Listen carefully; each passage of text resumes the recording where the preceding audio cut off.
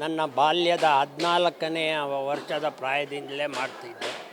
ನಮ್ಮ 3 ತಲೆಮಾರಿನ 3 ಅಲ್ಲ 4ನೇ ತಲೆಮಾರು ನಂದು. ಅಲ್ಲಿಂದ ಈ ಸೇವೆ ಮಾಡ್ತಾ ಇದ್ದೇವೆ. ರಾಜರ ಕಾಲದಲ್ಲಿ ಸಮೇತ ಈ ದೇವಸ್ಥಾನದಲ್ಲಿ ನಮ್ಮ ಮುತ್ತಜ್ಜ ಮಾಡ್ತಿದ್ದರು.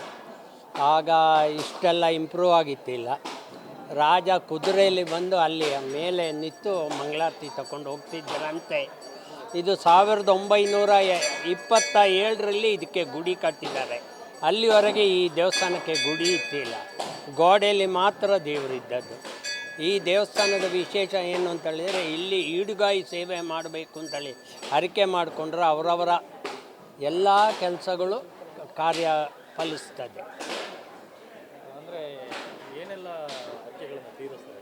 ಎಲ್ಲ ನಿಮ್ಮದು ಅದು ಇದು ಅಂತೇನಿಲ್ಲ. ಮದುವೆ ಆಗೋದ್ರಿಂದ, ಮಕ್ಕಳಾಗೋದ್ರಿಂದ, ಆನೆ ಮನೆ ತೋಟಕ್ಕೆ ಬರೋದ್ರಿಂದ ಎಲ್ಲ ಕೆಲಸಗಳು, ಕೋರ್ಟಿನ ಕೇಸು ಸಮೇತ ವಿಜಯ ಆಗ್ತದೆ.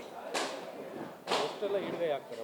ಒಬ್ಬೊಬ್ಬರು 1,000, 2,000, 1,500, 10, 5, 1 ಹೀಗೆ ಅದಕ್ಕೆ ಲೆಕ್ಕ ಇಲ್ಲ. ಅವರು ಮನಸ್ಸಿಗೆ ಬಂದಷ್ಟು ಹೊಡೆದೋಗ್ತಾರೆ. ಒಟ್ಟಿನಲ್ಲಿ ಬೇಡ್ಕೊಂಡೆ ಎಲ್ಲವೂ ಕೂಡ ಈಡೇರುತ್ತೆ. ಖಂಡಿತ ಈ ಗಣಪತಿಯಲ್ಲಿ ಈಡೇರ್ತದೆ. ಇದು ಕೋಟೆ ಗಣಪತಿ ಅಂತ ಹೇಳಿದರೆ ಕೊಡಗಿನ ಎಲ್ಲ ಜನರು ಇಲ್ಲಿನ ಬರ್ತಾರೆ. ಆನೆಗಳಿಗೆ ಬಂದು ಹರಕೆ ಮಾಡಿ ಆನೆಗಳು ತೋಟಕ್ಕೆ ಬಂದರೂ ತೋಟದ ಯಾವುದನ್ನು ಹಾಳು ಮಾಡದೆ ಹೋಗಿದ್ದ ನಿದರ್ಶನಗಳು ನನಗೆ ಗೊತ್ತು. ಈಗ ನನ್ನ ತಂಗಿ ಮನೆಯಲ್ಲಿ ಅವನು ಹರಕೆ ಮಾಡಿದ ಮೇಲೆ ಅವನ ಸುತ್ತು ಬಂದು, ಮನೆ ಸುತ್ತು ಬಂದು ಗದ್ದೆ ಸುತ್ತು ಹೋಗ್ತಾರೆ ಅಷ್ಟೇ ಹೊರತು ಗದ್ದೆಗಳಿಗೆಲ್ಲ.